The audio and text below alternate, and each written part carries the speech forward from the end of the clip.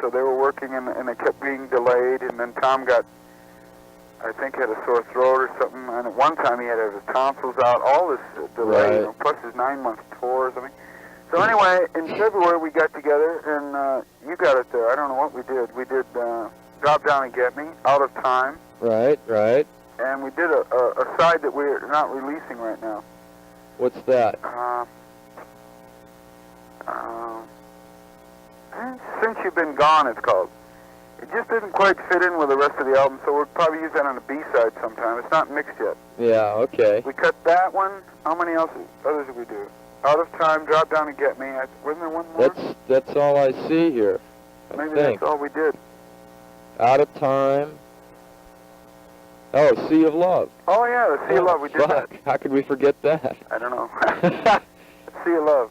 That's right. We did that in the on 81. Yeah, February That's right, 81. I went to Dan's house and got together with Dan. I always go to his house. He has tons of albums. Yeah. And he plays disc jockey. He'll sit down and he'll play, what do you think of this? And I say, I don't know. If I need a song, or if I'm trying to think of ideas. And very seldom do I get any ideas that way, too much. But he played Out of Time, and I said, that's it, man. So I thanked Dan, and went home and ran that down. Then I went back, and Sea of Love I did in Dan knows the dates, too. I was with Island Records, and I did it with Steve Smith. I traveled here, I did it. Is that Steve Smith is in Smith, Perkins, and Smith? It could have been. Okay, I'm sorry, go ahead. It's okay.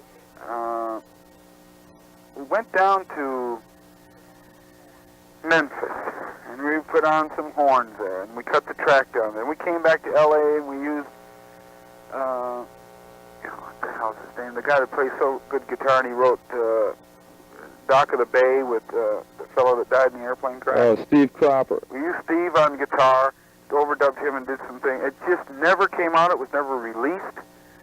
It just didn't make it. Huh. We had strings on it. We had vocal backup, bass singers. We tried everything. It just didn't make it, you know. Huh. So I canned the song, and I said, nah. And Dan, I think, suggested, hey, Sea of Love is still a hot song, man. And Petty and the Heartbreakers could kick ass with that song. And I said, maybe they could, you know. So I played it for Tom. He said, yeah, man, let's do it. So that's when we did it. And I used to sing it in the club back in Battle Creek when I was just starting out in the business. I wasn't even in the business. Great. It was just one of my favorite songs. Yeah. And I always did other people's songs in the clubs because you had to do the current hits or forget it. Right. So that's what we did. Out of Time's always been one of my favorite Stone songs, you know. Right. And I always loved their lyrics. And I can get into some of their songs, you know.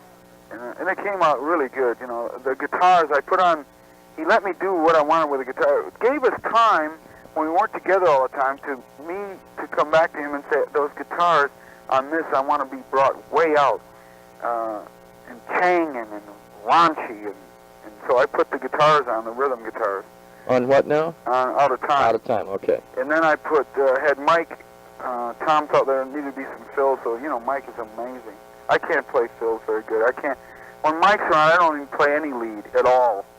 Forget it, man. Yeah, why? You know, just be a good rhythm guitar player. I just become a singer and forget it, you know. Yeah. But I do play some lead if I'm on tour, but I didn't play, I don't think, let me see, I didn't play any lead on this, just rhythm. I played all rhythm on all the songs. Okay. On this. And I doubled a lot. I always double my rhythm, usually. Okay. So I used the same technique I've used most of my career, but Tom seemed to capture those guitars, which is hard for me to capture them in the studio. I can capture them, you know, on stage, I can capture them in my room, but whenever I'd go in the studio, even when I was with, you know, Island or Dunhill with Steve Barry, we could just never get those guitars like I like them. But Tom just, you know, he knows the sound I wanted. Mm. So I would really love to work with him again, but who knows. And Out of Time, let's see. Then we used, well, you know who we used on that. You know, Judah's background, a little bit of background, but I did the harmonies with it. Right. Who's Kim Westover? She's my daughter, actually. Ah, I didn't know that. but we don't usually mention it because we're just kind of keeping it cool, you know. And Got if it. somebody finds out, it's cool, you know. If not, we don't care. Well, it won't be part of this. Right, Okay. because we have lots of love, and she sort of wants to make it on her own. I see. No, that's totally... So I don't need you, Pops. I just need you to pay me some bread for singing with you. There you go. She wants to go on tour with me. She sings amazingly great background with me. Yeah. She knows all my little tricks and things that I use, but to take her on the road, I think it would look, on the first tour, like a chick singing with me. I need that rock image, you know, that rock look. Yeah. Well, how old is she now? She's 18, 19, she's 20. Great.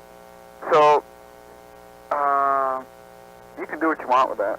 Okay. Because we don't really care. I keep my family out of this until later on. I don't know if you were there at that meeting we had the other day or not.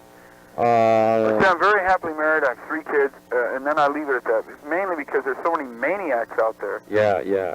And it's getting nuts out there that way. And I like to leave my private life private for now. Now, someday maybe we'll do people, and we'll have hello, smiles, and the dog, and all that bullshit. Yeah. But today, I'm thin. I'm ready to rock. All right. All right, man. All right.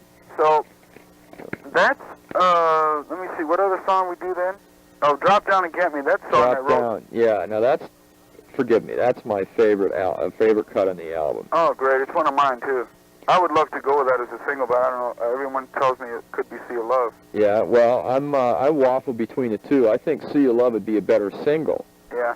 But Drop Down and Get Me is my favorite song. Yeah, it is mine too. And then Sucker for Your Love is right up there too. Oh, great, man. So you dig the album, huh? Yeah, I'm stoked. I'm just tickled pink to be working on it. Oh, right. You know, I've been listening for it and watching for it like a lot of people for a long time. Yeah, I'm really happy the way it came out. I couldn't be any happier with it. You know. I've known Harvey Kubernick since '76 or '77.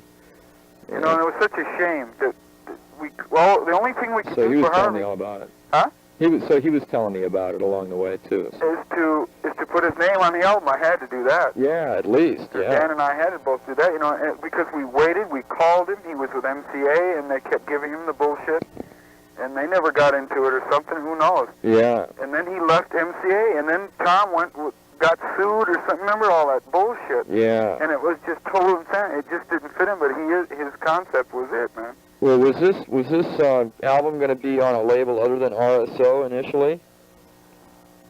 Well, we didn't know. Oh, well, okay. The concept was happening, and Harvey, I think, wanted to take it to MCA because he was working for him. Okay, yeah, he was West Coast A&R rep there at the time. And that was the deal. I mean, they probably made him the A&R rep, and so he said, well, let's get Shannon and Petty together. Yeah.